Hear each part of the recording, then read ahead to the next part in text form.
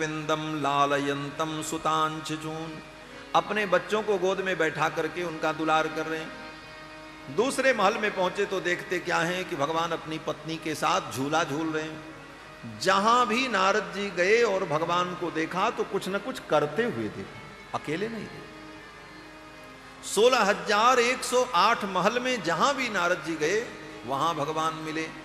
अंत में नारद जी ने भगवान के चरणों में प्रणाम किया और कहा कि अनेक रूप रूपाय विष्णवे प्रभ विष्णवे, हे प्रभु आपके अनेक रूप हैं, आप सर्वसमर्थ हैं। नारद जी ने भगवान को प्रणाम किया और श्री नारद जी विदा हो गए। द्वारिकापुरी में रह करके भगवान श्री कृष्ण ऐसी अद्भुत अद्भुत लीलाएं करते हैं। इसके बाद कथा आती है कि भगवान ने युधिष्ठिर के राजसूय यज्ञ में शिशुपाल का उद्धार किया है।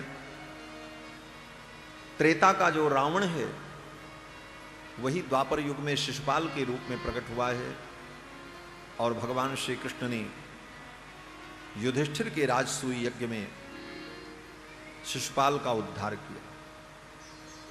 शिशुपाल प्रतिदिन भगवान को गालियां देता, गिन गिन करके गालियां देता। जैसे हम लोग गिन गिन करके भगवान का नाम लेते हैं ना, सीताराम सीताराम माला पे गिनते, वो गिन करके भगवान को गाली देता। लेकिन 100 नहीं पूरा करता था, 99, क्योंकि भगवान ने उसकी मां को वचन दिया था कि जिस दिन ये 100 अपराध पूरा कर देगा उस दिन मैं इसे मार दूंगा।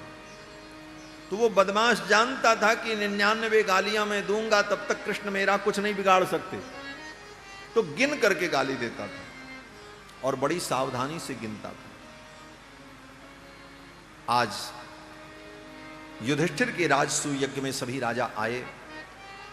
भगवान श्री कृष्ण के अग्र पूजा की जब बात आई तो शिशुपाल ने विरोध किया और विरोध करते हुए शिशुपाल ने अनेक अपशब्द कहे और रोष में आकर के शिशुपाल अपशब्द कहता गया और उसे ध्यान नहीं था। 99 गालियां पूरी हो गई, 100 हो गई।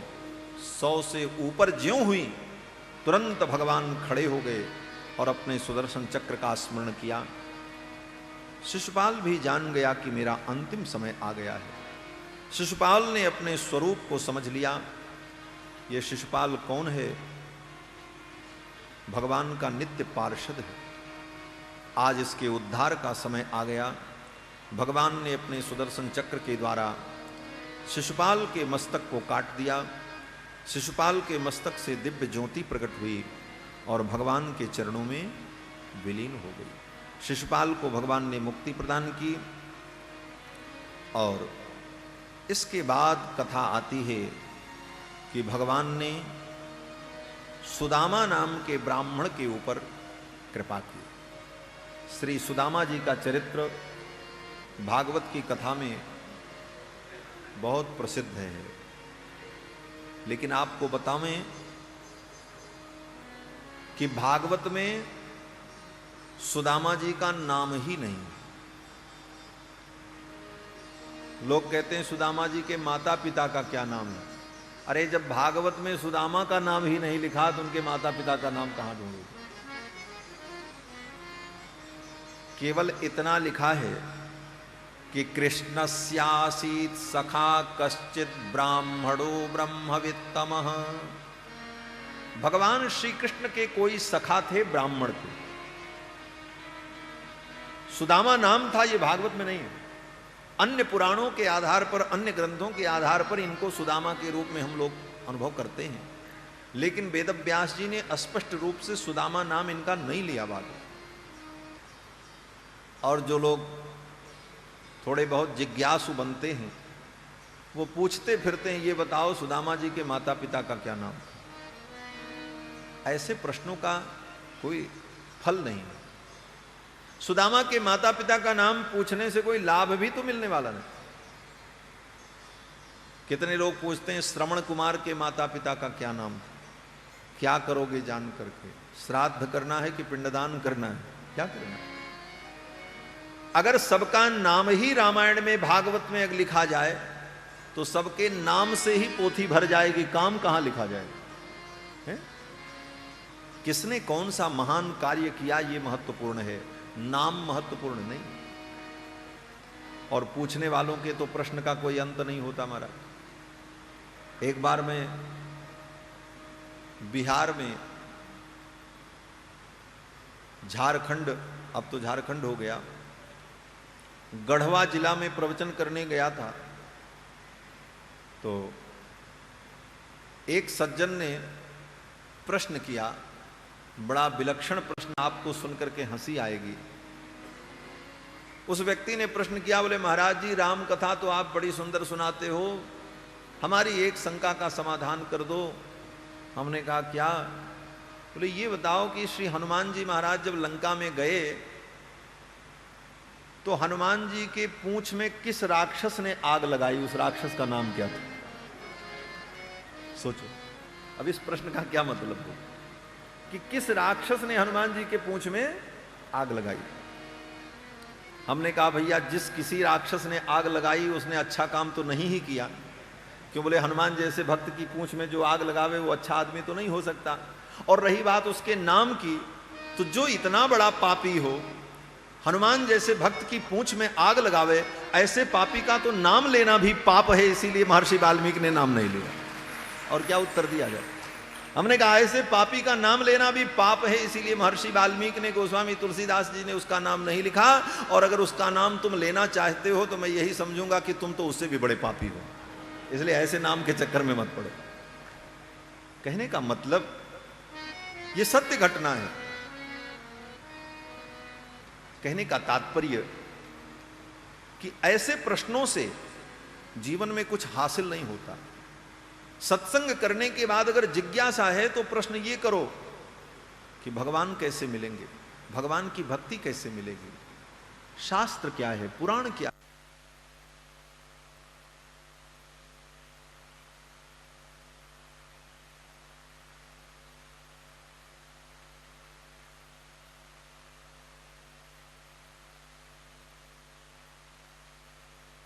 क्या नाम था, नाम क्या था? तो ये लिस्ट बनाने से कोई फायदा मिलने वाला, ऐसे प्रश्नों का कोई मतलब नहीं और ऐसे प्रश्नों का कोई अंत भी नहीं। ऐसे कितने प्रश्न खड़े हो जाएंगे। तो आइए विषय वस्तु की ओर। श्री सुदामा जी महाराज के पावन चरित्र का वर्णन सुखदेव जी करते हैं कि कृष्णस्यासीत् सखा कश्चित् ब्राह्मणो ब्रह्मवित्तमः विरक्त इंद्रियार्थेषु प्रशांतात्मा जितेन्द्रियः। भगवान श्री कृष्ण के कोई सखा थे, ब्राह्मण थे, बड़े विरक्त और संतोषी, और केवल नाम के ब्राह्मण नहीं थे, काम के ब्राह्मण। नाम के ब्राह्मण और काम के ब्राह्मण में अंतर क्या है? बोले जो केवल नाम से त्रिवेदी और चतुर्वेदी हो और एक वेद मंत्र उसको न मालूम हो तो नाम का ब्राह्मण। नाम क्या? बोले चतुर्वेदी। वाह, हैं तो चतुर्वेदी और चार वेद का एक एक मंत्र भी नहीं सुना सकते, तो ऐसे ब्राह्मण नहीं। ब्राह्मणो ब्रह्मवित्तमः, ब्रह्मविद थे, वेद को जानने वाले वेदज्ञ थे सुदामा जी महाराज। और आचरण संपन्न संतोषी ब्राह्मण, जो मिले जीवन में उसी में संतुष्ट रहने वाले। आप कहोगे अगर जीवन में संतोष ही था सुदामा जी के तो सुदामा जी भगवान के यहां क्यों गए? बोले सुदामा जी भगवान के यहां नहीं जा रहे थे, वो तो उनकी पत्नी ने आग्रह करके भेजा। सुदामा जी ने कभी इच्छा नहीं की कि मुझे कुछ चाहिए, इतना संतोष था सुदामा जी। और ये ब्राह्मण का सबसे बड़ा धर्म है। असंतुष्टा द्विजा नष्टा संतुष्टा च महीपति, सलज्जा गणिका नष्टा निरलज्जा कुलांगना। ये नीति है कि ब्राह्मण अगर असंतोषी हो जाएगा तो ब्राह्मण का नाश हो जाएगा। जिस ब्राह्मण के जीवन में संतोष नहीं वो ब्राह्मण विनष्ट हो जाता है। और क्षत्रिय बोले जिस क्षत्रिय के जीवन में संतोष हो जाए वो क्षत्रिय विनष्ट हो जाता है। क्षत्रिय को संतोष नहीं करना चाहिए। क्यों? बोले वो संतोष कर लेगा, इतने में हमारा काम चल गया तो फिर काहे को राज्य का विस्तार होगा। आखिर अर्जुन को संतोष हो गया था कि नहीं हो गया था? अर्जुन ने कहा हम नहीं लड़ेंगे, जाने तो हमको राज्य नहीं चाहिए। भगवान ने कहा तो उल्टा कर रहा है, इसको संतोष आ गया, इसको असंतोष होना चाहिए और इसे युद्ध करना चाहिए इसके लिए। और भगवान ने अर्जुन के हृदय में असंतोष उत्पन्न किया और अर्जुन से युद्ध करा दिया। तो ब्राह्मण के जीवन में संतोष और क्षत्रिय के जीवन में असंतोष। असंतुष्टा द्विजा नष्टा संतुष्टा च महीपति और सलज्जा गणिका नष्टा। गणिका, गणिका माने नर्तकी। अगर नर्तकी के जीवन में लज्जा आ जाएगी तो नाचेगी कैसे? उसको तो निर्लज्ज होना पड़ेगा। सलज्जा गणिका नष्टा। अगर वो सलज्ज हो जाएगी तो उसका नृत्य गान बंद हो जाएगा, इसलिए उसको निर्लज्ज होना पड़ता है। और निर्लज्जा कुलांगना, और जो कुल की बधू है, कुल की बधू अगर निर्लज्ज हो जाएगी तो वो नष्ट हो जाएगी। ये नीतियां हैं। ब्राह्मण के जीवन में असंतोष आ जाए तो नष्ट हो जाएगा, क्षत्रिय के जीवन में संतोष आ जाए तो नष्ट हो जाएगा, गणिका के जीवन में लज्जा आ गई तो वो नष्ट हो जाएगी, और कुल की बधू के जीवन में निर्लज्जता आ जाएगी तो वो नष्ट हो जाएगी। सबके लिए सब नहीं होता, सबके लिए अलग अलग धर्म है और सबके लिए शास्त्रों ने अलग अलग विधान किए। सुदामा जी महाराज बड़े संतोषी, जीवन में कभी कुछ चाहा ही नहीं, जो मिले में काम चला लेते। और जिस ब्राह्मण के जीवन में संतोष होता है वही विद्या व्यसनी होता है। विद्या व्यसनी का मतलब वो विद्या को अपना व्यसन बना लेता है। और जिस ब्राह्मण के जीवन में संतोष नहीं होगा वो विद्या व्यसनी नहीं हो सकता। आज से लगभग 400 वर्ष पूर्व नागेश भट्ट नाम के एक बहुत बड़े विद्वान हुए। संस्कृत जगत में उनका वैदुष्य आज भी प्रसिद्ध है। उनके लिखे हुए ग्रंथ पढ़े और पढ़ाए जाते हैं। उनके जीवन चरित्र में लिखा है कि आटा को घोल करके नमक डाल करके पी करके वो स्वाध्याय करते। एक दिन वो आटा भी उनके घर में खत्म हो गया, नागेश भट्ट के घर। पत्नी ने आकर के कहा कि आज कुछ नहीं है।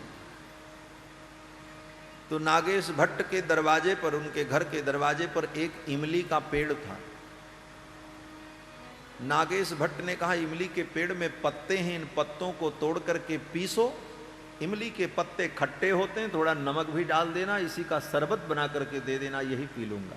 और इमली के पत्ते का शरबत पी करके शास्त्र चिंतन करते रहिए। जीवन में संतोष था ब्राह्मण। आज ब्राह्मणों का नाश क्यों हो रहा है? क्योंकि ब्राह्मण धन लोलुप होकर के धन के पीछे भाग रहा है। ब्राह्मण जिस दिन अपनी तपस्या और अपने त्याग में आ जाए उस दिन धर्म की निश्चित रक्षा हो जाए। आज ब्राह्मण का नाश इसीलिए हो रहा है क्योंकि ब्राह्मण अपने धर्म से च्युत हो गए। दुनिया के चाकचिक्य को देख करके उसी में वो पागल हो गए। ब्राह्मण के जीवन में त्याग ही उसका सार सर्वस्व है, उसका सब कुछ है। नागेश भट्ट पढ़ते कैसे थे? उनके जीवन चरित्र में लिखा है कि उनकी पीठ में कुबड़ था, बैठ नहीं पाते थे। तो उनकी पत्नी ने क्या किया? बोले मिट्टी की दीवार बनाई और मिट्टी के दीवार में इतना बड़ा गड्ढा बनाया, उसी में अपना कुबड़ पीठ का घुसा देते थे ऐसे, और तब बैठ करके शास्त्र का चिंतन। इमली का पत्ता, उसका रस शरबत पी करके शास्त्र का चिंतन और स्वाध्याय उन्होंने किया। ये ब्राह्मणों का तप है। श्री सुदामा जी महाराज ऐसे ही विरक्त ब्राह्मण, विरक्त इंद्रियार्थेषु प्रशांतात्मा जितेन्द्रियः। श्री सुदामा जी महाराज तो संतुष्ट रहते, लेकिन उनकी पत्नी ने कहा, स्वामी आपको कुछ नहीं चाहिए, हमें भी कुछ नहीं चाहिए, लेकिन ये छोटे छोटे बच्चे जब भूख से बिलखते हैं, ये बच्चे जब रोते हैं तो इनका रोना मुझसे देखा नहीं जाता, क्योंकि मैं इनकी मां हूं, मैं क्या करूं, कुछ आप करो। सुदामा जी ने कहा, मैं क्या करूं, कहां जाऊं? तो सुदामा जी की पत्नी ने कहा कि द्वारिकाधीश भगवान कृष्ण आपके मित्र हैं, आप एक बार उनके पास चले जाओ, वो सर्वज्ञ हैं, अंतर्यामी हैं, हमारे दुख को जान जाएंगे, उनकी दृष्टि आपके ऊपर पड़ जाएगी, कृपा दृष्टि हो जाएगी, हमारा दुख दूर हो जाएगा, आप जाओ। तो सुदामा जी की पत्नी ने जब कई बार कहा तो सुदामा जी जाने को तैयार हुए, लेकिन सुदामा जी ने कहा, देवी सुन लो, मैं इसलिए नहीं जाऊंगा कि भगवान कृष्ण मुझे कुछ दें, मेरे जाने का केवल एक उद्देश्य होगा कि अयम ही परमो लाभो उत्तम श्लोक दर्शनम, यही उत्तम लाभ होगा कि उत्तम श्लोक, जिसकी कीर्ति उत्तम है, ऐसे उत्तम श्लोक भगवान कृष्ण का मुझे दर्शन हो जाएगा, इस लोभ से मैं द्वारिकापुरी जाऊंगा, और मेरे अंदर कोई लोभ नहीं। पत्नी ने कहा, जाओ। तो सुदामा जी जाने को तैयार हुए, लेकिन जब जाने का समय हुआ तो सुदामा जी ने कहा, खाली हाथ जाना ठीक नहीं है, मित्र के घर, गुरु के घर और राजा के घर खाली हाथ नहीं जाना चाहिए, कुछ लेकर के जाना चाहिए। रिक्त पाणिम न गच्छेत, तो खाली हाथ नहीं जाना चाहिए। क्या लेकर के जाऊं, घर में तो कुछ है नहीं। सुदामा जी की पत्नी ने कहा, ठीक है, मैं पड़ोस से कुछ मांग करके लाती हूं, उधार मांग करके लाती हूं, भीख मांग करके नहीं, उधार मांग करके लाती। और 4 मुट्ठी चावल मांग करके सुदामा जी की पत्नी लेकर के आई। या चित्वा चतुरो मुष्टीन विप्रान पृथुक तंडुलान, 4 मुट्ठी चावल लेकर के सुदामा जी की पत्नी आई हैं, और एक पुराने कपड़े में लपेट करके बांध करके सुदामा जी को दिया और कहा, लेकर के आप जाओ। सुदामा जी उस चावल रूपी उपहार को लेकर के अपने मित्र कृष्ण से मिलने के लिए द्वारिकापुरी चल पड़े। द्वारकापुरी सुदामा जी पहुंचते हैं, भगवान को पता चला, भगवान दौड़ते हुए आए और सुदामा को हृदय से लगा लिया, और आदर पूर्वक ले जाकर के सुदामा जी को भगवान ने अपने पलंग पर बैठाया।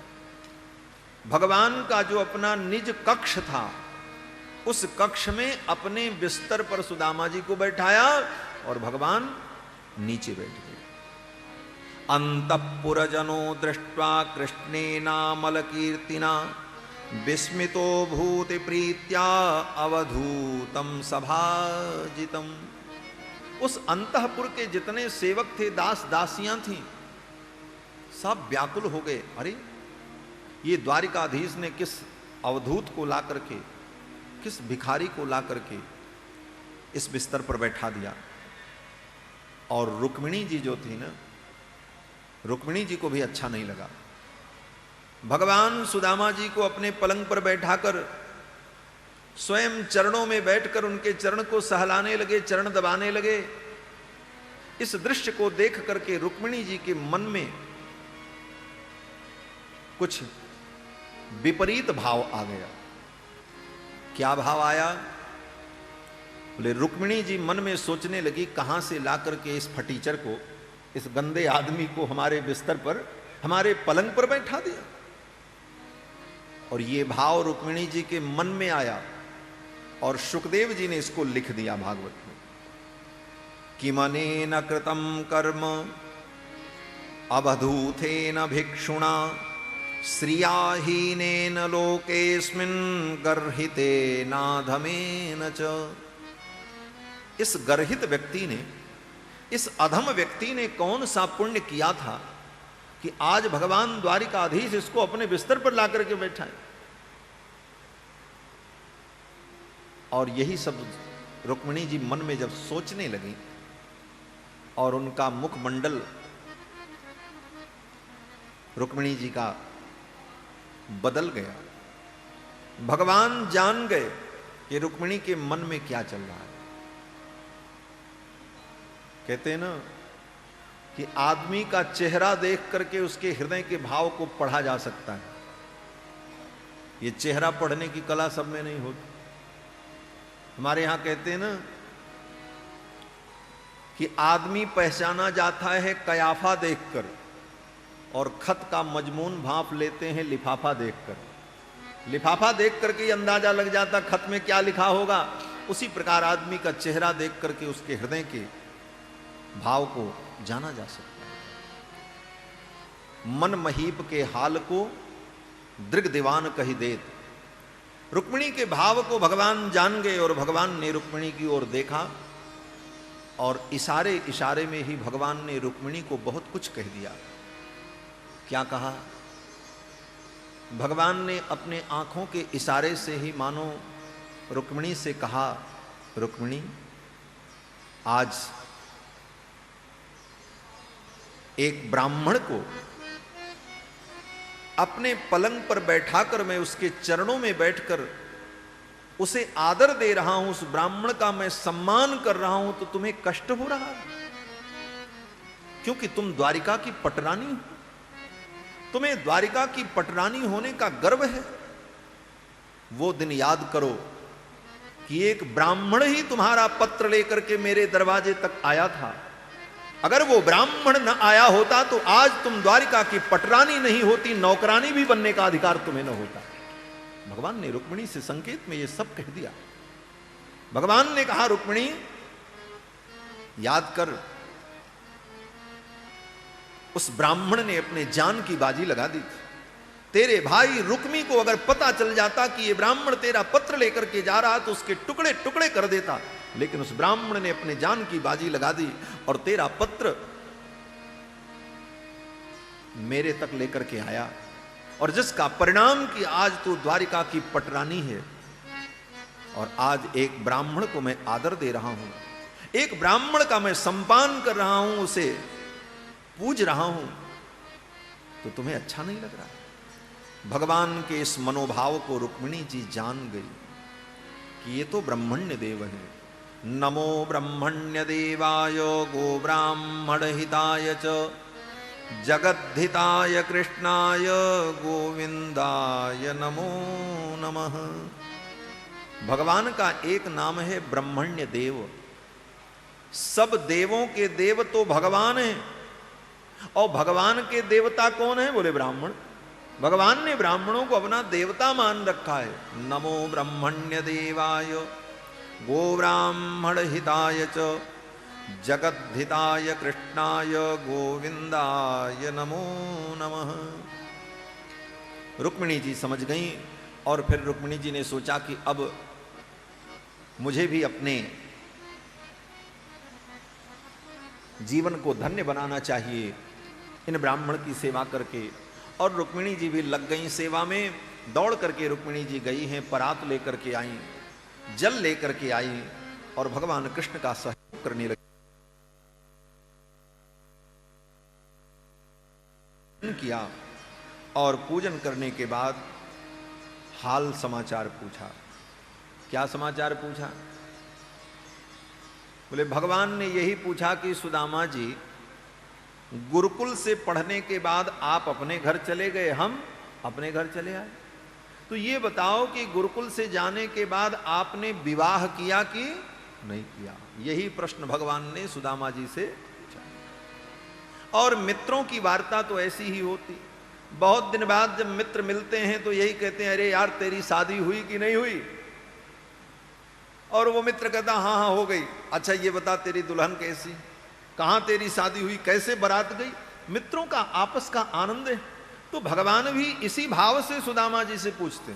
सबसे पहला प्रश्न भगवान ने सुदामा जी से यही किया कि समावृत्तेन धर्मज्ञ भार्योढ़ा सदृशी नवा। समावर्तन संस्कार के बाद आपने विवाह किया, और अगर विवाह किया तो आपके अनुकूल आपको भार्या मिली कि नहीं मिली? तो सुदामा जी कहते हैं कृष्ण बड़ी सुंदर पत्नी मिली है। सुंदर से तात्पर्य गुणवान, सुशील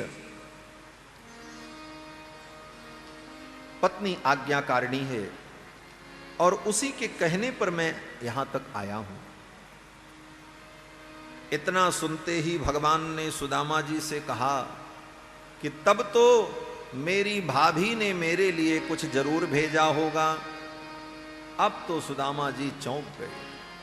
सुदामा जी को याद आया, रे हम तो 4 मुट्ठी चावल लेकर के आए, ये द्वारिकाधीश हैं, दिव्य राज भोग का अनुभव करने वाले, और मैं 4 मुट्ठी चावल लेकर के आया हूं, ये इनके लायक नहीं है। उस चावल की गठरी को सुदामा जी अपने कांख में छिपाने लगे। लेकिन भगवान ने देख लिया, छिपाया उससे जाता है जो कोई साधारण व्यक्ति हो, और ये तो भगवान चोरों के सरदार हैं, चोर से कोई व्यक्ति कहां तक चोरी कर पाएगा। भगवान ने देख लिया और भगवान ने कहा, भैया छिपाओ मत, मेरी भाभी ने भेजा है। ऐसा कहते कहते भगवान ने खींच लिया गठरी, और ज्यों ही गठरी खींची, उस खींचा झपटी में, छीना झपटी में पुराने कपड़े में बधी हुई वो गठरी फट गई। सारा चावल फर्श पर बिखर गया, और उसी चावल पर भगवान लौट गए। महाराज, फर्श पर गिरे हुए चावल पर भगवान लेट गए, और लेट करके दोनों हाथों से उसे बटोरा, बटोर करके जमीन पर ही उसकी ढेरी लगाई, और ढेरी लगाने के बाद उस चावल को जमीन से ही उठा करके भगवान अपने मुख में रख करके कर कर कर कर दांत से चबा चबा करके उस चावल को भगवान खाने लगे। एक मुट्ठी खाया, दूसरी मुट्ठी खाने चले, तब तक रुक्मिणी जी ने हाथ पकड़ लिया।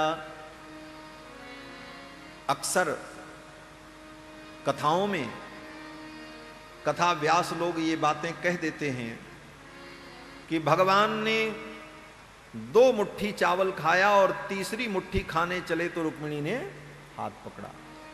और क्यों पकड़ा? बोले 2 मुट्ठी चावल खा करके भगवान ने सुदामा जी को 2 लोक दे दिया, तीसरी मुट्ठी चावल खाएंगे तो तीसरा लोक भी दे देंगे सुदामा जी को, इसलिए रुक्मिणी जी ने हाथ पकड़ा। लेकिन आपको बतावें कि भगवान ने 2 मुट्ठी खाया ही नहीं, भगवान केवल 1 मुट्ठी चावल खाए। भागवत में यही लिखा है, इति मुष्टिम सकृत जग्ध्वा द्वितीयाम जग्धुमा दधे। 1 मुट्ठी चावल भगवान ने खाया, द्वितीयाम जग्धुमा दधे, दूसरी मुट्ठी खाने चले, तब तक रुक्मिणी जी ने हाथ पकड़ लिया। तावत् श्री जगृहे हस्तम, रुक्मिणी जी ने हाथ पकड़ लिया। 1 ही मुट्ठी भगवान ने खाया, दूसरी मुट्ठी खाने चले तो रुक्मिणी ने हाथ क्यों पकड़ा? बोले रुक्मिणी जी ने इसलिए हाथ नहीं पकड़ा कि 2 मुट्ठी खा लेंगे तो सुदामा को कुछ और दे देंगे। भगवान से ज्यादा उदार रुक्मिणी जी, भगवान अपना सर्वस्व दे दें अपने भक्त को तो रुक्मिणी जी भगवान को रोकने वाली नहीं है। बोले तो रुक्मिणी जी ने हाथ क्यों पकड़ा?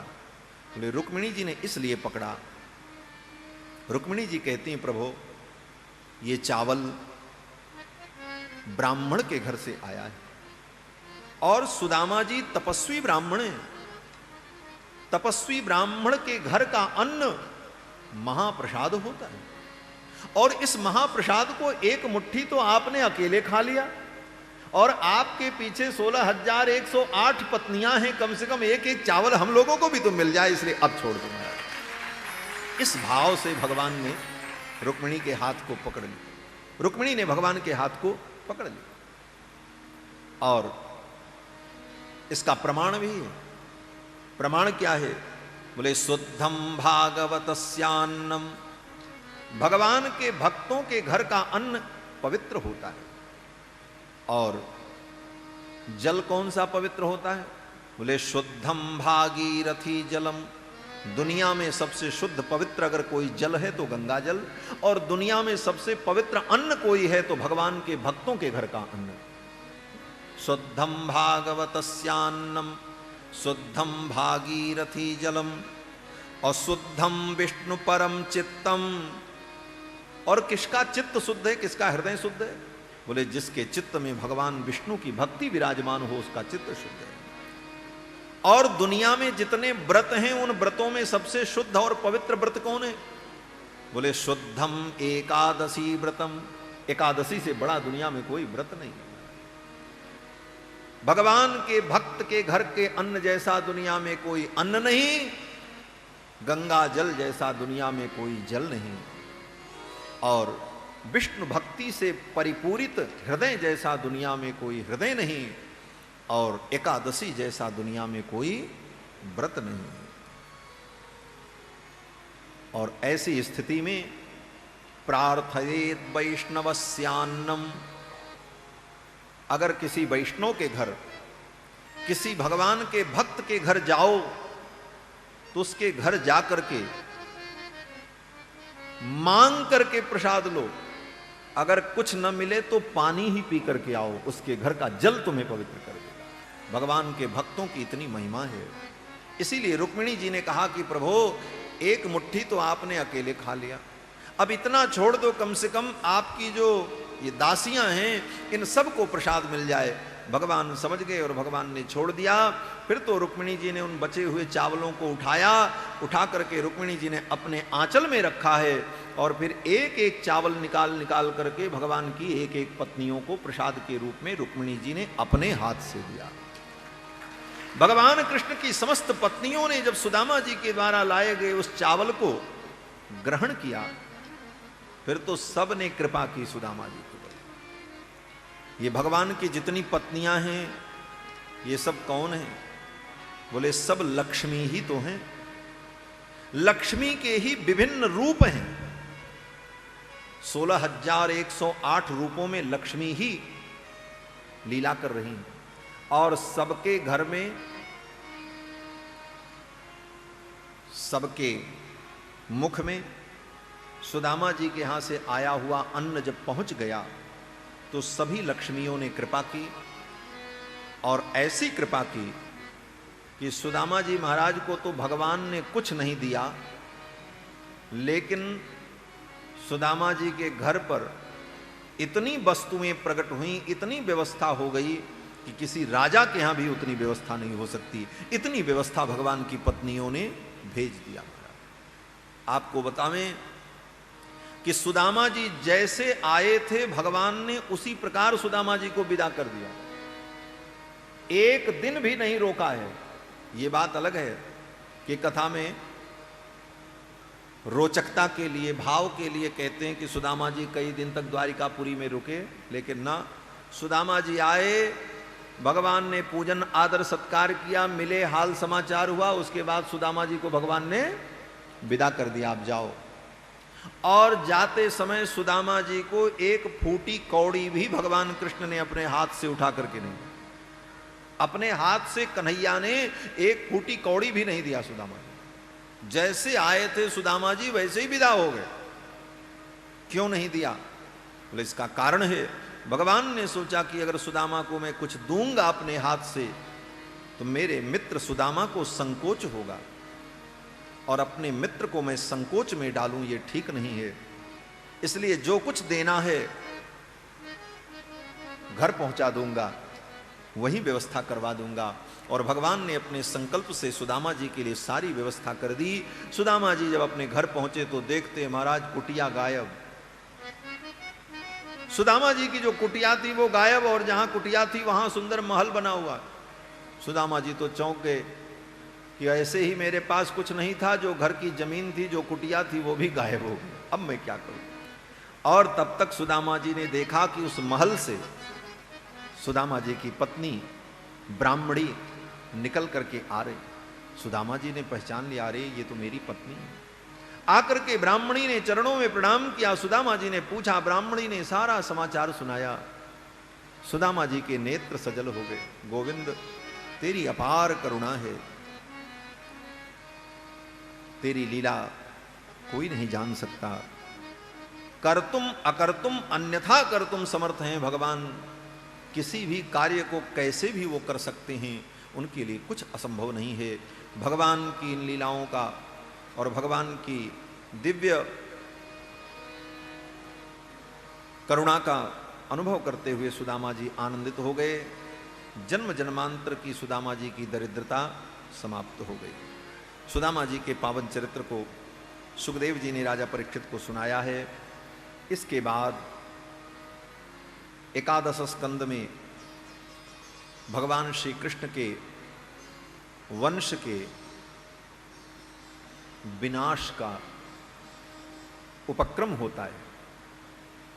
भगवान कृष्ण जान गए कि मेरे वंश का इतना विस्तार हो गया है कि ये मेरे वंश के लोग ही पृथ्वी के लिए भार बन जाएंगे। जिस पृथ्वी के भार को उतारने के लिए मेरा अवतार हुआ, दुष्टों का विनाश करने के लिए, आगे चल करके ये मेरे वंश के लोग ही पृथ्वी के लिए भार बन जाएंगे और इनको कोई जीत नहीं पाएगा और ये सबको सताएंगे।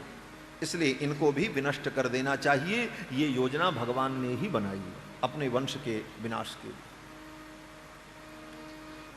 और भगवान के पुत्रों को ब्राह्मणों का शाप हुआ। एक दिन भगवान कृष्ण के पुत्र सांब को सजा करके, साड़ी पहनाकर, पेट के ऊपर कपड़ा रख करके, आगे घूंघट करके सांब को लेकर के दुर्वासा जी के पास गए। दुर्वासा इत्यादि महर्षि प्रभासक क्षेत्र में बैठे थे। जाकर के प्रणाम कराया। दुर्वासा जी ने कहा, बताओ क्या बात है। भगवान कृष्ण के पुत्रों ने कहा, प्रभु ये बताओ कि ये गर्भवती स्त्री बेटा को जन्म देगी कि बेटी को जन्म देगी। दुर्वासा जी तो जान गए, अरे ये तो पुरुष है, इसको स्त्री बना करके लाए। दुर्वासा जी को क्रोध आ गया और दुर्वासा जी ने शाप दे दिया कि न बेटा पैदा करेगी न बेटी पैदा करेगी। जनिष्यति वो मंदा मुशलम कुलनासनम, इसके पेट से एक मूसल पैदा होगा जो तुम्हारे कुल का विनाश करे। अब तो बालक डर गए। सांब के कपड़े को खोला और ज्यों ही कपड़े को हटाया तो एक इतना बड़ा मूसल गिरा खट्ट से नीचे। अब तो सब डर गए बच्चे देख करके। क्या करें? जाकर के महाराज उग्रसेन से बताया। देखो, अगर जाकर के वो बालक भगवान कृष्ण से बताते तो शायद भगवान कृष्ण कोई उपाय कर देते, लेकिन विधि का जो विधान है उसे कोई टाल नहीं सकता। जाकर के उग्रसेन से बताया और उग्रसेन जी ने तुरंत अपना निर्णय सुना दिया। द्वारिका में कोई भी बात होती थी तो बिना भगवान कृष्ण के परामर्श के उग्रसेन जी निर्णय नहीं करते थे। लेकिन आज इतनी बड़ी समस्या आई कि कुल के नाश के लिए शाप हुआ और उग्रसेन जी ने तुरंत निर्णय सुना दिया, ले जाओ इस मूसल को घिस करके समुद्र में फेंक देना। अगर भगवान के पास ये बात आती तो भगवान शायद कोई उपाय कर सकते थे, लेकिन उग्रसेन जी ने निर्णय सुना दिया। बच्चों ने घिस करके मूसल को फेंक दिया। उस मूसल के अंश से एक घास उत्पन्न हुई जिसको ऐरक घास कहते हैं, और वो घास समुद्र के किनारे जहां तहां प्रकट हो गई। सांप के भय से द्वारिकावासी भयभीत हो गए। भगवान ने कहा कोई अनुष्ठान करो जिससे उपद्रव शांत हो, और सभी लोग प्रभासक क्षेत्र में आए अनुष्ठान करने के लिए। और उसी प्रभासक क्षेत्र में उसी अनुष्ठान के क्रम में आपस में वाद विवाद हो गया और युद्ध प्रारंभ हो गया। और देखते देखते युद्ध इतना भयानक हुआ कि 56 करोड़ यदुवंशी सब आपस में ही लड़ करके मृत्यु को प्राप्त हुए। आपस में ही लड़ लड़ करके मर गए। बलराम जी ने देखा लीला संवरण का समय आ गया है। श्री बलराम जी ने युद्ध को छोड़ा और आए समुद्र के किनारे।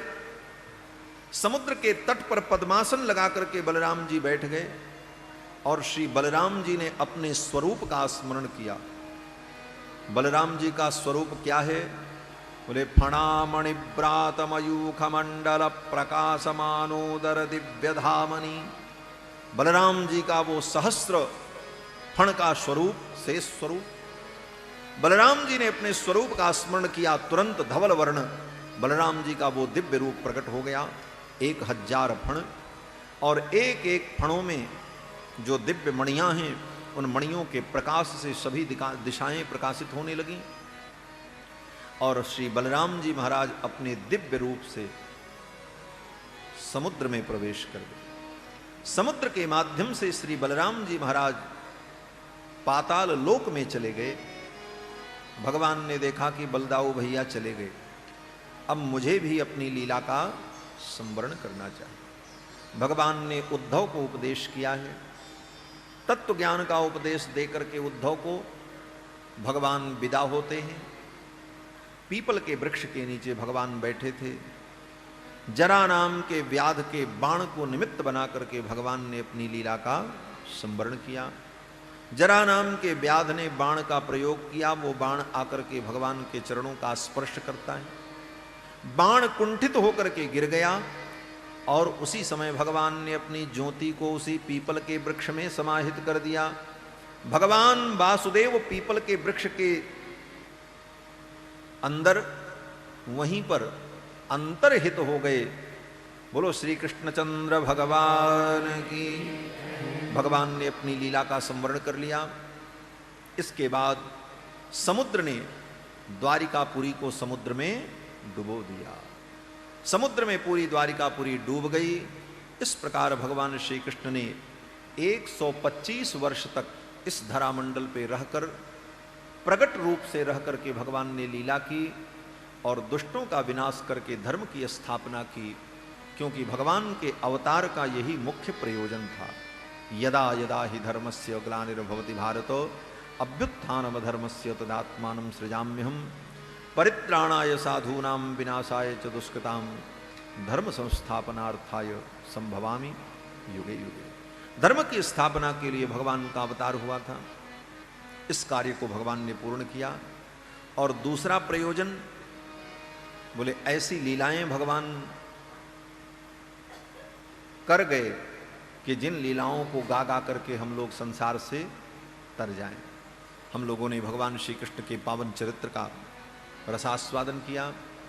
इस कथा को सुना करके श्री सुखदेव जी महाराज ने राजा परीक्षित से पूछा, राजन ये बताओ अब तुम्हें कैसा अनुभव हो रहा है। राजा परीक्षित ने कहा, गुरुदेव आपके मुखारविंद से भगवान के पावन चरित्र को सुनकर, दिव्य ज्ञान विज्ञान को सुनकर के मेरा मोह समाप्त हो गया। अब मुझे मरने से कोई डर नहीं।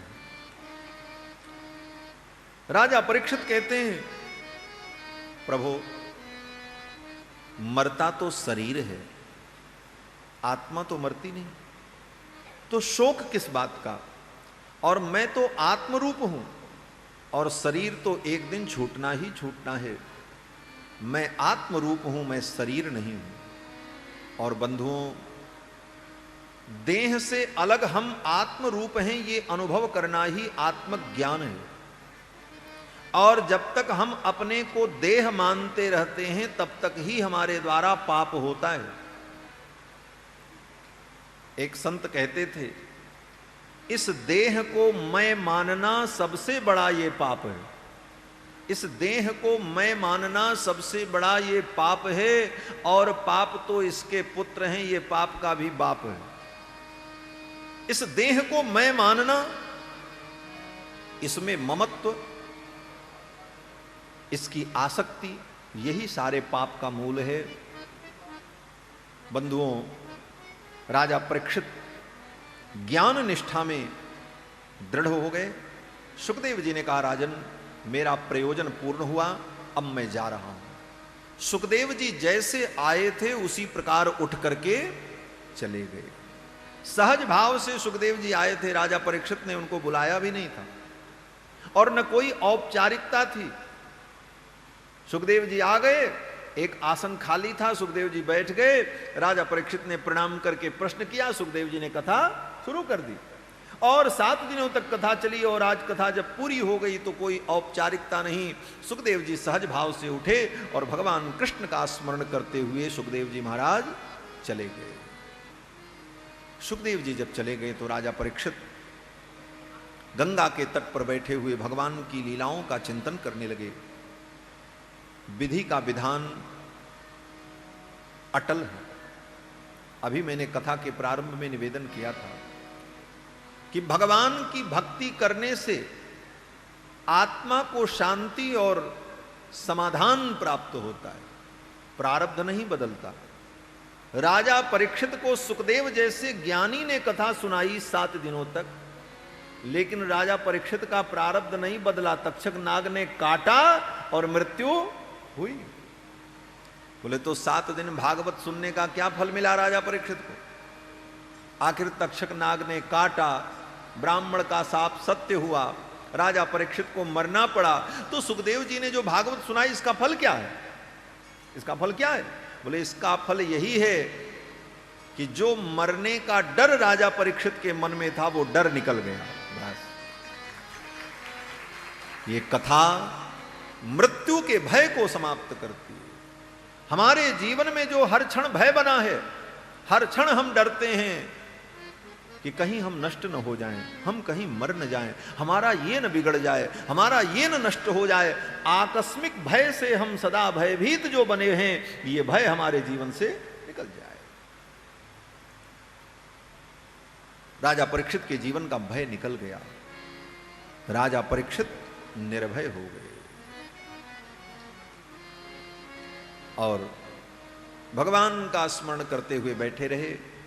तक्षक नाग आया, नाग ने मुख लगाया, और जब तक्षक नाग ने राजा परीक्षित के शरीर में मुख लगाया, तब तक राजा परीक्षित की आत्मा का उत्क्रमण हो गया। उत्क्रांति गत्या गति नाम, जो वेदांत का सिद्धांत है कि आत्मा किस प्रकार से उत्क्रमण करती है, शरीर से निकलती है। ब्रह्मरंध्र का वेधन करते हुए परीक्षित की आत्मा का उत्क्रमण हुआ, और इधर तक्षक नाग ने राजा परीक्षित के शरीर में मुख लगाया। तक्षक नाग की विषद ज्वाला से राजा परीक्षित का शरीर भस्म की ढेरी बन गया, जल करके राख हो गया। दाह संस्कार भी नहीं करना पड़ा, और गंगा जी की एक धारा आई और सारी राख लेकर के चली गई। क्योंकि यहां कोई राख को गंगा में पहुंचाने वाला भी नहीं था, इसलिए गंगा ने स्वयं राजा परीक्षित की चिता की भस्म को समेट लिया और महाराज परीक्षित को मुक्ति की प्राप्ति हुई। बोलो श्री परीक्षित जी महाराज की। परीक्षित को मोक्ष की प्राप्ति हो गई। इस कथा को श्री सूत जी महाराज 88,000 शौनकादि मुनियों को नैमिषारण्य में सुना रहे हैं। सुकस्थान की कथा तो पूर्ण हो गई, सुखदेव जी चले गए, राजा परीक्षित मुक्त हो गए, लेकिन नैमिषारण्य में कथा चल रही है। क्यों? बोले नैमिषारण्य में सूत जी शौनकादि मुनियों को सुना रहे। अब सूत जी कहते हैं, शौनकादि मुनियों, राजा परीक्षित के शरीर त्याग देने के बाद राजा परीक्षित के पुत्र जनमेजय राजा हुए, और जनमेजय ने अपने पिता के मृत्यु का बदला लेने के लिए सर्प सत्र किया है, और सर्प सत्र में अनेक सर्पों को मंत्र के प्रभाव से, यज्ञ के प्रभाव से समाप्त किया, उन्हें मारा।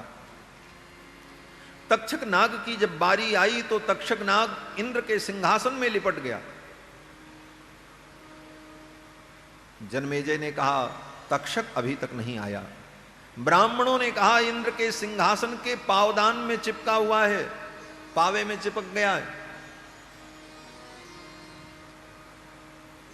जनमेजय ने कहा बुलाओ। ब्राह्मणों ने मंत्र पढ़ करके आहुति दी, इंद्र का सिंहासन चल पड़ा। महाराज तक्षक, मंत्रों की ऐसी शक्ति। दैवाधीनम जगत सर्वम, ये सारा संसार देवताओं के अधीन है। दैवाधीनम जगत सर्वम, और मंत्राधीनम च देवता, और जितने देवता हैं वो मंत्र के अधीन है।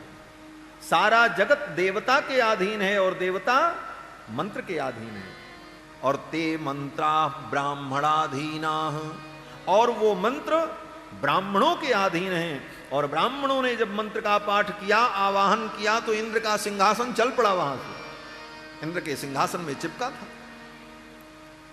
तक्षक जन्मेजय ने कहा, इंद्र के सिंहासन के सहित आवाहन करो और आहुति करो। इंद्र डर गए कि अब तो इसके साथ मुझे भी मरना पड़ेगा। फिर तो उसी समय महर्षि लोग आए,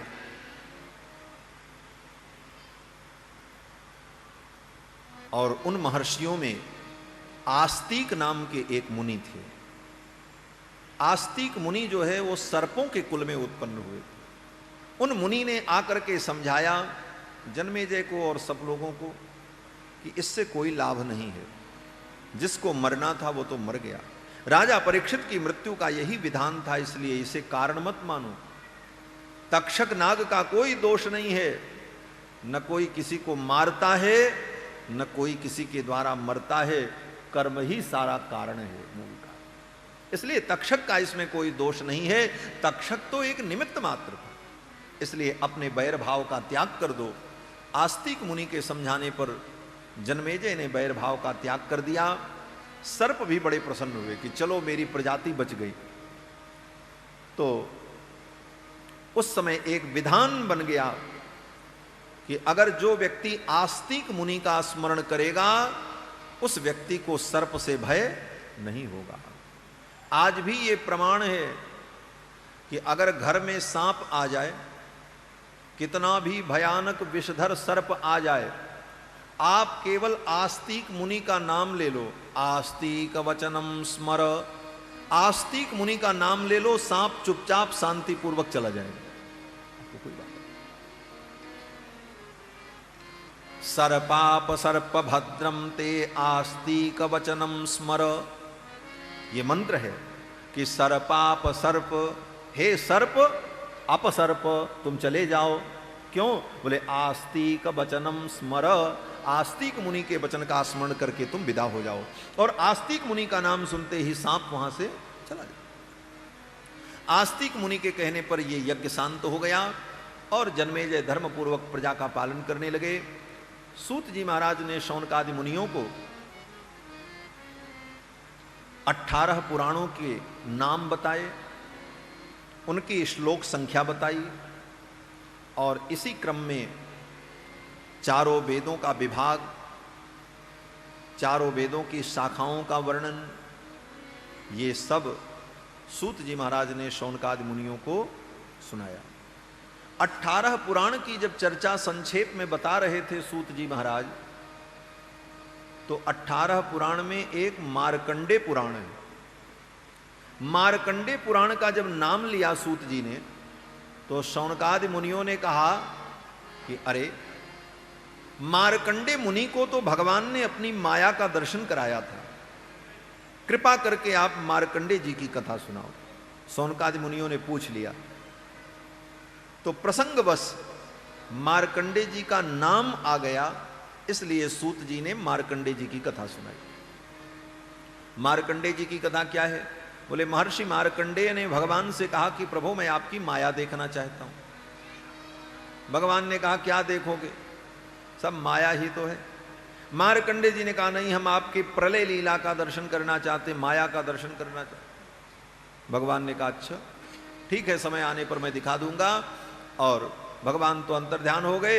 मार्कंडे जी अपनी कुटिया में बैठे थे, भगवान की ऐसी माया प्रकट हुई कि देखते देखते खूब जल वर्षा मारा। इतना जल वर्षा की सारी दुनिया डूब गई। मार्कंडे जी की कुटिया बह गई और मार्कंडे जी उसी पानी में तैर रहे हैं, कहीं बैठने की जगह नहीं, रुकने की जगह नहीं। तैरते तैरते थक गए और उस अगाध जल में तैरते हुए जब आगे बढ़े तो एक बरगद का पेड़ दिखाई पड़ा, बट वृक्ष। मार्कंडे ने सोचा चलो कि इस पेड़ की डाली को पकड़ करके थोड़ा विश्राम करेंगे। पेड़ के सन्निकट पहुंचे तो उस बरगद के वृक्ष के पत्तों के बीच में भगवान बाल मुकुंद लेटे हुए थे। बोलो श्री बाल मुकुंद भगवान की। छोटे से बालक बनकर के भगवान उस बरगद के पत्तों के बीच में लेटे कर क्या रहे थे? बोले अपने हाथ से पैर के अंगूठे को पकड़ करके मुख में डाल करके चुसुर चुसुर चूस रहे थे, पी रहे थे। करार विंदे न पदार विंदम मुखार विंदे विनवेशयंतम बटस्य पत्रस्य पुटे शयानं बालं मुकुंदम मनसा स्मरामि। बाल मुकुंद भगवान के दिव्य रूप को देखा, मार्कंडे जी सन्निकट पहुंचे, तब तक बालक ने अंगूठा पीना छोड़ दिया, जम्हाई ली, मार्कंडे जी पेट में चले गए। फिर बाहर आए, फिर भीतर गए, इस प्रकार लीला होती रही। और अंत में मार्कंडे जी ने भगवान से प्रार्थना की, प्रभु मैंने देख ली आपकी माया, अब मुझे कुछ नहीं देखना है। तुरंत भगवान ने अपनी माया को समेट लिया, न कहीं प्रलय न कहीं जल, मार्कंडे जी अपनी कुटिया में थे।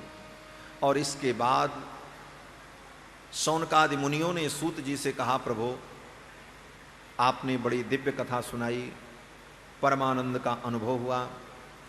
श्री सूत जी महाराज अंत में भगवान को प्रणाम करके अपनी वाणी को विराम देते हैं। श्रीमद्भागवत महापुराण के अंतिम 2 श्लोकों का उच्चारण करके हम लोग भी इस भागवत कथा ज्ञान या किसी भी योनि में मैं जाऊं, बस आपके चरणों की भक्ति मुझे प्राप्त होती है। यही अंतिम प्रार्थना है भागवत। भवे भवे यथा भक्ति ही पादयोस तव जायते। अपने कर्मों के अनुसार किसी जोनी में मुझे जाना पड़े, मुझे कोई आपत्ति नहीं है, लेकिन आपके चरणों की भक्ति मुझे प्राप्त हो, और आपका नाम संकीर्तन समस्त पापों का नाश करने वाला है। इसलिए हे प्रभु, मैं आपके चरणों में प्रणाम करता हूं। ऐसा कह करके सूत जी महाराज ने अपनी वाणी को विराम दिया है। बोलो श्री सूत जी महाराज की जय। और सूत जी महाराज ने जिन 2 श्लोकों में प्रार्थना करके भागवत की कथा को विराम दिया है, उन दोनों श्लोकों को कथा के अंत में वक्ता और श्रोता दोनों को उच्चारण करना चाहिए, उसका अनुसंधान करना चाहिए, परंपरा है। तो पहले मैं बोलूँगा, उसके बाद आप लोग बोलेंगे। कोई कठिन नहीं है, एक एक पंक्ति में कहूँगा, आप उच्चारण करेंगे और मन में यही प्रार्थना करेंगे, हे प्रभु 7 दिन तक श्रद्धा पूर्वक हम लोगों ने आपके चरित्र का चिंतन किया, इसका फल मुझे यही चाहिए कि आपके चरणों में हमारी भक्ति बनी रहे। बस यही भागवत का वास्तविक फल है। इस भाव से भगवान की स्तुति करेंगे। भवे भवे यथा भक्ति, भवे भवे यथा भक्ति, पादयोस्तव जायते, पादयोस्तव जायते, तथा कुरुस्व देवेश, तथा कुरुष्व देवेश, नाथस्त्वं नो यतः प्रभो, नाथस्त्वं नो यतः प्रभो, नाम संकीर्तनं यस्य, नाम संकीर्तनं यस्य, सर्वपापप्रणाशनं, सर्वपापप्रणाशनं, प्रणामो दुःखशमनः, प्रणामो दुःखशमनः, तं नमामि हरिं परं, तं नमामि हरिं परं, हरये नमः, हरये नमः, हरये नमः, हरये नमः, हरये नमः। हरये नमः। बोलो वृंदावन बिहारी लाल की जय। श्री कृष्णचंद्र भगवान की जय। श्री सुखदेव भगवान की जय। श्री वेदव्यास भगवान की जय। सत्य सनातन धर्म की जय। जय जय श्री राधे श्याम। भागवत कथा को विधि पूर्वक अपनी गति और मति के अनुकूल हम लोगों ने अनुभव किया। अब आगे की व्यवस्था क्या है आपको संचालक महोदय के माध्यम से ज्ञात होगा और उसके पश्चात कथा का औपचारिक विराम होगा। बोलो श्री कृष्णचंद्र भगवान की जय। पहले तो महाराज जी के चरणों में कि इन 7 दिनों के अंदर अव्यवस्था कुछ हो जाती है, कुछ दिक्कत आ जाती है, बिजली की दिक्कत है, कुछ और है, तो कोई भी गलती हमारे किसी भी कमेटी के सदस्य से, किसी संगत से हुई हो, उसके लिए हम क्षमा प्रार्थी हैं। और ऐसे ही सभी संगत से हम क्षमा प्रार्थी हैं, क्योंकि जैसी कथा का है उससे ये स्थान कम रहा।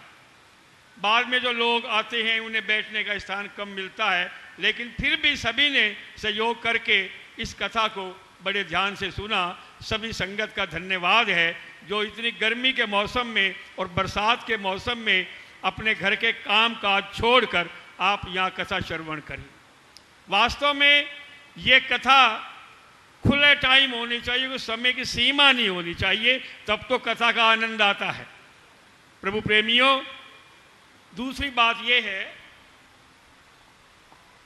के द्वारा हुआ भगवान की कृपा से ये मंदिर घंटाघर मेनका सिनेमा के पास में है। 1952 से स्थापित है। 63 साल हो गए मंदिर को बने हुए। जिसने अभी तक मंदिर के दर्शन ना करे हो वो एक बार उस मंदिर के दर्शन अवश्य जाके करे। बड़ा सिद्ध पीठ मंदिर है।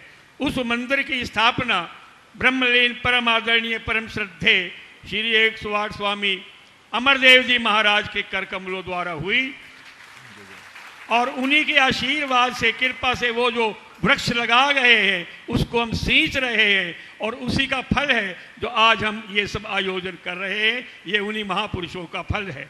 संत न होते जगत में तो जल मरता संसार। वास्तव में ये ऋषि मुनि जो संत महात्मा है ये समाज के स्तंभ हैं।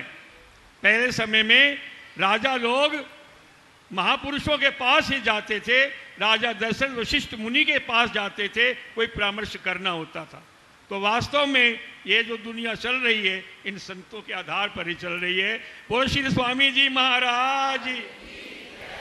दूसरी बात, मैं अपने सभी जो हमारे कमेटी के सदस्य हैं उनसे निवेदन करता हूँ कि इस आयोजन के माध्यम से उनमें कोई अभिमान का अंकुर उत्पन्न नहीं होना चाहिए कि हमने इतना बड़ा आयोजन किया। उन्हें अपने आप को सौभाग्यशाली मानना चाहिए कि भगवान ने जो ऐसा शुभ कार्य करने की सेवा उनको सौंपी है, उन्होंने आपका चयन किया है। हजारों लाखों आदमी है, आपका ही चयन किया भगवान की सेवा करने के लिए। ऐसी भावना होना चाहिए, न कि कोई हमने इतना आयोजन कर दिया, हमने कुछ नहीं किया। तीसरी बात, जो ये कथा का आयोजन हुआ है, हमारे मन में प्रेरणा हुई, संकल्प हुआ कि कोई कथा करवानी चाहिए। तो प्रश्न ये उठा, कथा तो करवानी चाहिए लेकिन कथा व्यास कौन हो। उसके लिए बड़ा चयन करने के लिए बड़ी मीटिंग भी की गई, विचार किए गए कि वक्ता जो है वो अच्छा कथा व्यास बहुत विद्वान होने चाहिए, तभी हमारा आयोजन सफल होगा। तो कई नाम आए, सब बातें हुई। तो चूंकि महाराज जी के दर्शन हमको टीवी के माध्यम से हुए थे, तो हमारे प्रिय श्री हरि किशन जी, उनके पास इनकी सीडी थी, वो रोज कथा सुनते हैं। तो उस कथा को हमने भी सुना, देख के हम बड़े प्रभावित हुए और सभी ने निश्चय किया कि जो कथा व्यास है वो महाराज जी के चरणों में जाकर निवेदन करें, जिससे कि वो हमारी प्रार्थना स्वीकार करें और यह आयोजन हो। जब महाराज जी से वार्तालाप हुआ तो जो तिथि हम चाह रहे थे वो महाराज जी की कथा हैदराबाद में थी। तो बोले महाराज जी इस समय संभव नहीं है, फिर आगे कभी होगा। अब भगवान की लीला देखिए, वो जो हैदराबाद में कथा होनी थी वो स्थगित हो गई। फिर हमारे पास फोन आया, भाई वो वहाँ कथा नहीं हो रही है, अगर आप चाहें तो कथा करवा सकते हैं। तो समय कम था, लेकिन फिर भी हम यहाँ से 4 लोग अयोध्या जी महाराज जी के पास गए और उन्हें निवेदन किया, निमंत्रण दिया और महाराज जी ने सहर्ष वो निमंत्रण स्वीकार करते हुए और हमें कहा कि आप तैयारी करें। समय बहुत कम था, मात्र 15 दिन का समय मिला, प्रचार भी पूरा नहीं कर सके, इसी अवस्था में लगे रहे और फिर भगवान की कृपा से ये कार्य बहुत अच्छा संपन्न हो रहा है। बोले श्री स्वामी जी महाराज। जब भरत जी महाराज चित्रकूट की ओर जा रहे थे, रास्ते में भारद्वाज मुनि के आश्रम में रुके, तो उनकी भक्ति और व्यवहार को देखकर भारद्वाज जी कहते हैं मैंने जितनी भक्ति करी, तपस्या करी, उसका फल तो मुझे ये मिला कि राम जी के दर्शन हुए और राम जी के दर्शन का फल ये मिला कि मुझे भरत जी के दर्शन। तो जो आज कथा हम सुन रहे हैं उसका फल हमें ये मिला है कि महाराज की तरफ से आश्वासन मिला है कि आगामी समय में, उसकी तारीख तो निश्चित नहीं है, राम कथा सुनने का अवसर आपको मिलेगा। और मैं दावे से कह सकता हूं कि जिस श्रोता ने एक बार कथा सुन ली वो अगले दिन जरूर आया, चाहे वो थोड़े समय के लिए आया हो, लोगों ने अपने काम छोड़ दिए, दिनचर्या बदल ली, लेकिन सत्संग करने की ऐसी भाव उसमें इच्छा हुई कि वो उसमें अवश्य आए। सभी का धन्यवाद है। और एक विशेष बात जो बताई महाराज जी ने, आहार शुद्धि होनी चाहिए। देखिए आज समापन हो रहा, विश्राम हो रहा कथा का, तो एक मैं भी निवेदन करूंगा, कथा का यदि आप पूरा लाभ उठाना चाहते हैं तो आज से मन में कोई संकल्प लेके यहाँ से जाएं कि मैं इस बुराई को छोड़ूंगा, मैं ये नियम करूंगा, कोई सदविचार अपने यहाँ से लेकर जाएं, तब तो कथा सुनने का फल है। नहीं तो एक हफ्ता बीत गया, कथा बहुत अच्छी हुई, यही सुनने को मिलेगा। कहेंगे पवन कुमार।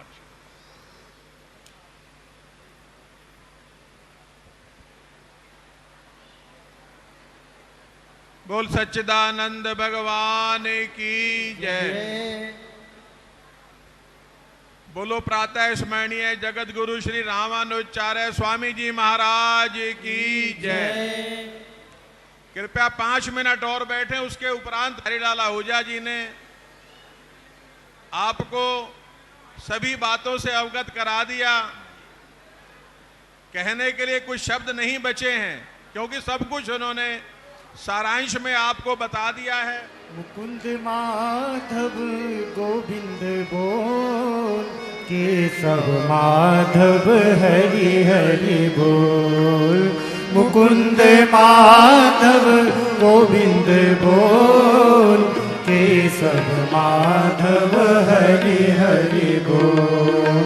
मुकुंद माधव गोविंद बोल, केशव माधव हरि हरि बोल। मुकुंद माधव हरि हरि बोल, केशव माधव हरि हरि बोल। हरि हरि बोल प्यारे हरि हरि बोल। हरि हरि बोल प्यारे हरि हरि बोल। हरि हरि बोल प्यारे हरि हरि बोल। हरि हरि बोल प्यारे हरि हरि बोल। मुकुंद माधव गोविंद बोल, केशव माधव हरि हरि बोल। मुकुंद माधव गोविंद बोल, केशव माधव हरि हरि बोल। केशव माधव हरि हरि बोल। केशव माधव हरि हरि बोल। केशव माधव हरि हरि बोल। केशव माधव हरि हरि बोल। मुकुंद माधव गोविंद बोल, केशव माधव हरि हरि बोल। मुकुंद माधव गोविंद बोल, केशव माधव हरि हरि बोल। हरि हरि बोल प्यारे हरि हरि बोल। हरि हरि बोल प्यारे हरि हरि बोल। हरि हरि बोल प्यारे हरि हरि बोल। हरि हरि बोल प्यारे हरि हरि बोल। हरि हरि बोल प्यारे हरि हरि बोल। हरि हरि बोल प्यारे हरि हरि बोल। हरि हरि बोल प्यारे हरि हरि बोल। हरि हरि बोल प्यारे हरि हरि बोल। हरि हरि बोल प्यारे हरि हरि बोल। हरि हरि बोल प्यारे हरि हरि बोल। हरि हरि बोल प्यारे हरि हरि बोल। हरि हरि बोल प्यारे हरि हरि बोल। हरि हरि बोल प्यारे हरि हरि बोल। हरि हरि बोल प्यारे हरि हरि बोल। मुकुंद माधव गोविंद बोल, केशव माधव हरि हरि बोल। मुकुंद माधव गोविंद बोल, केशव माधव हरि हरि बोल। हरि हरि बोल प्यारे हरि हरि बोल, हरि हरि बोल प्यारे हरि हरि बोल, हरि हरि बोल प्यारे हरि हरि बोल, हरि हरि बोल प्यारे हरि हरि बोल, हरि हरि बोल प्यारे हरि हरि बोल, हरि हरि बोल प्यारे हरि हरि बोल, हरि हरि बोल प्यारे हरि हरि बोल, हरि हरि बोल प्यारे हरि हरि बोल, हरि हरि बोल प्यारे हरि हरि बोल, हरि हरि बोल प्यारे हरि हरि बोल, हरि हरि बोल प्यारे हरि हरि बोल, हरि हरि बोल प्यारे हरि हरि बोल, हरि बोल हरि बोल हरि हरि हरि बोल, हरि बोल हरि बोल हरि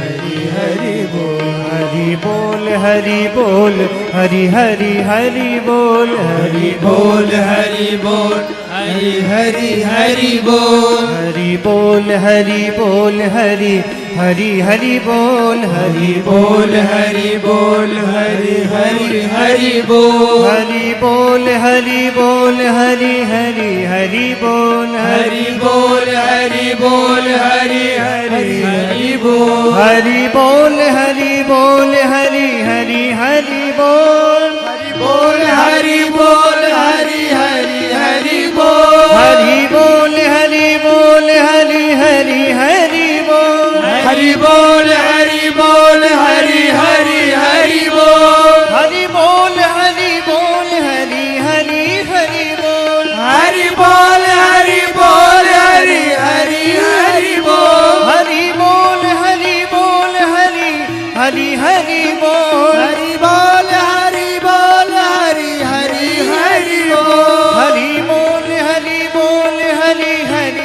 हरि बोल, हरि बोल हरि बोल हरि हरि हरि बोल, हरि बोल हरि बोल हरि हरि हरि बोल, हरि बोल हरि बोल हरि हरि हरि बोल, मुकुंद माधव गोविंद बोल, केशव माधव हरि हरि बोल, मुकुंद माधव गोविंद बोल, केशव माधव हरि हरि बोल, मुकुंद माधव गोविंद बोल, केशव माधव हरि हरि बोल, मुकुंद माधव गोविंद बोल, केशव माधव हरि हरि बोल, हरि हरि बोल प्यारे हरि हरि, हरि हरि बोल प्यारे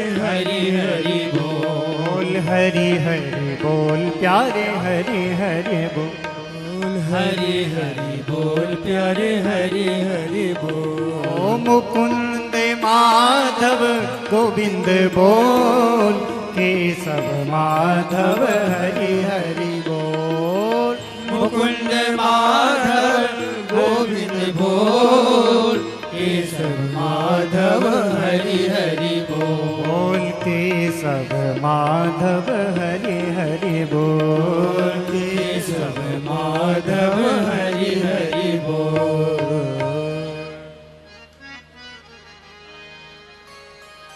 वृंदावन धाम अपारे जपे जा राधे राधे, वृंदावन धाम अपारे जपे जा राधे राधे, जपे जा राधे राधे, जपे जा राधे राधे, जपे जा राधे राधे, जपे जा राधे राधे, जपे जा राधे राधे, जपे जा राधे राधे, जपे जा राधे राधे, जपे जा राधे राधे, वृंदावन धाम अपारे जपे जा राधे राधे, वृंदावन धाम अपार जपे जा राधे राधे,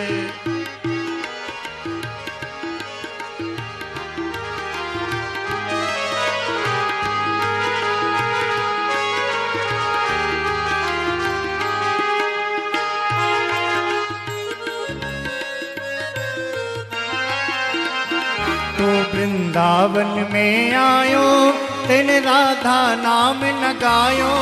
जो वृंदावन में आयो तेरे राधा नाम न गायो। वृंदावन में आयो तिन राधा नाम न गायो। जो वृंदावन में आयो तेने राधा नाम न गायो। तेरे जीवन को धिकारे जपे जा राधे राधे। तेरे जीवन को धिकारे जपे जा राधे राधे। वृंदावन धाम अपारे जपे जा राधे राधे। वृंदावन धाम अपार जपे जा राधे राधे।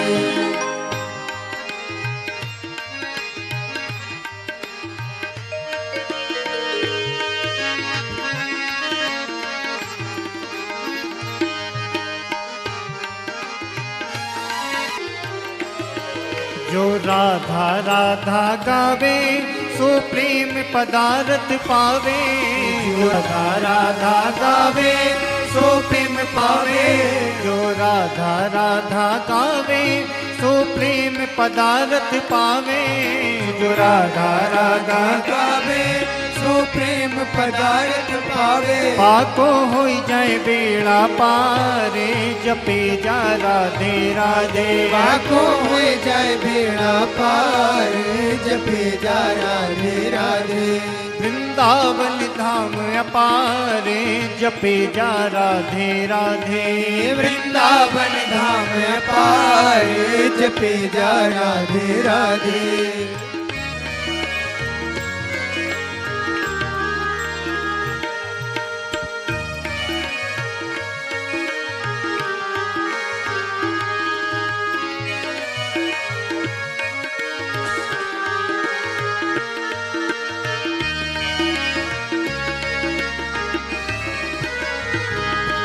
वृंदावन रास रचायो शिव गोपी वेश बनायो।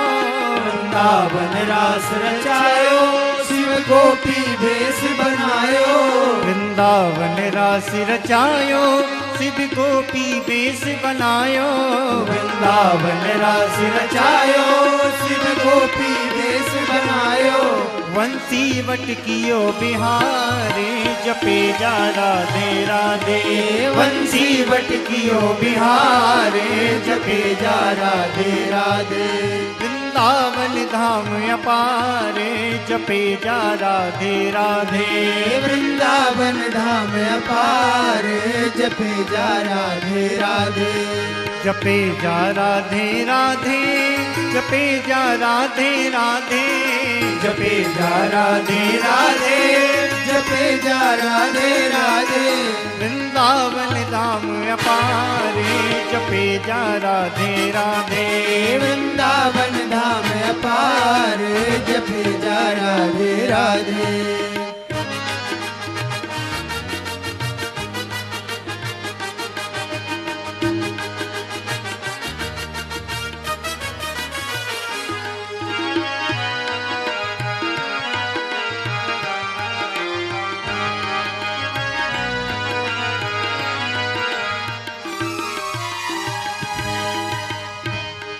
जो राधा नाम न हो तो रसराज विचारो रो तो।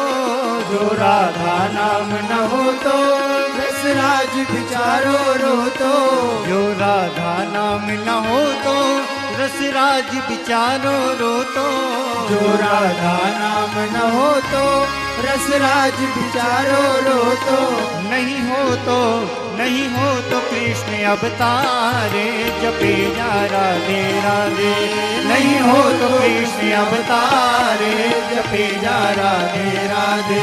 वृंदावन धाम अपारे जपे जा राधे राधे। वृंदावन धाम अपारे जपे जा राधे राधे। रटे जा राधे राधे जपे जा राधे राधे। जपे जा राधे राधे। जपे जा राधे राधे। रटे जा राधे राधे जपे जा राधे राधे। रटे जा राधे राधे जपे जा राधे राधे।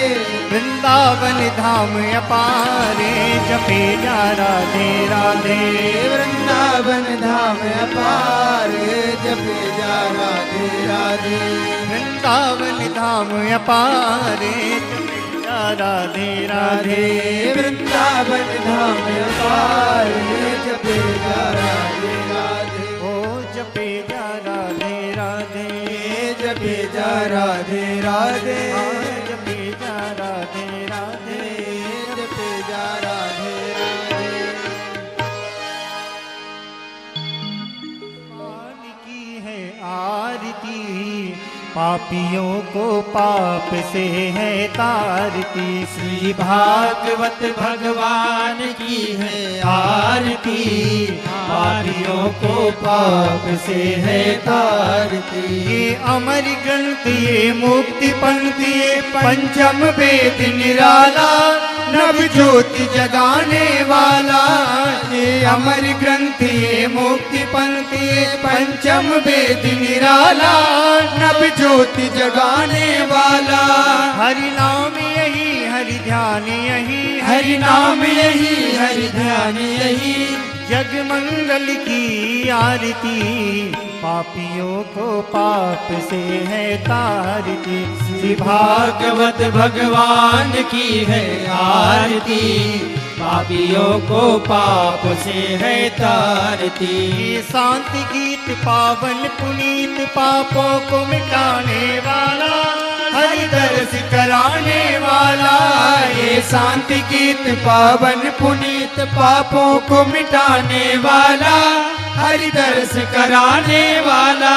ये सुख करणी ये दुख हरणी ये सुख करणी ये दुख हरणी।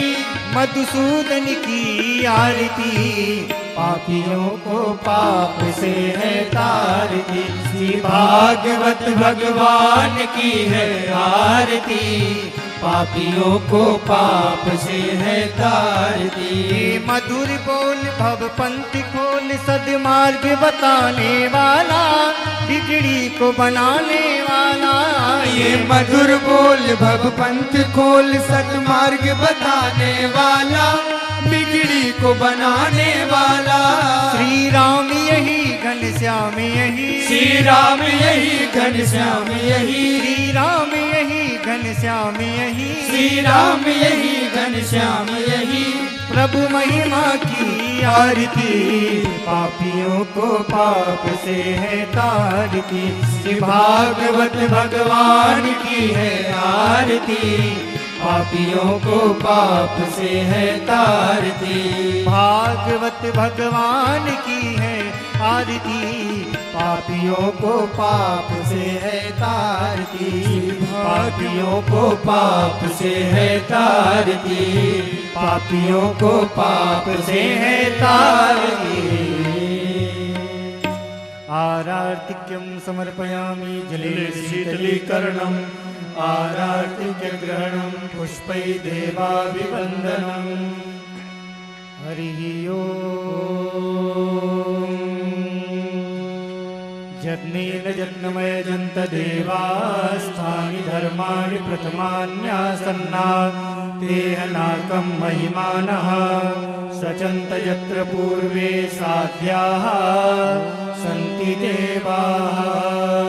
ॐ नारायणाय विद्महे वासुदेवाय धीमहि तन्नो विष्णुः प्रचोदयात्।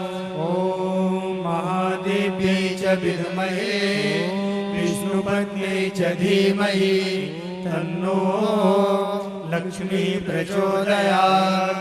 नानासुगन्धपुष्पाणि यथा कालोद्भवानि च पुष्पाञ्जलिर्मया दत्ता गृहाणः परमेश्वर। मन्त्रपुष्पाञ्जलिं समर्पयामि श्रीपुराणपुरुषोत्तमाय नमः श्रीकृष्णचन्द्राय नमः। बोले वृंदावन बिहारी लाल की जय। श्री कृष्णचंद्र भगवान की जय। अयोध्यानाथ भगवान की जय। श्रीमद् भागवत महापुराण की जय। सत्य सनातन वैदिक धर्म की जय, अखंड भारत वर्ष की जय, भास्कर रामानुज स्वामी जी महाराज की जय, श्रीमद जगत गुरु स्वामी जी महाराज की जय। जय जय श्री राधे, जय जय श्री राधे, जय जय श्री राधे।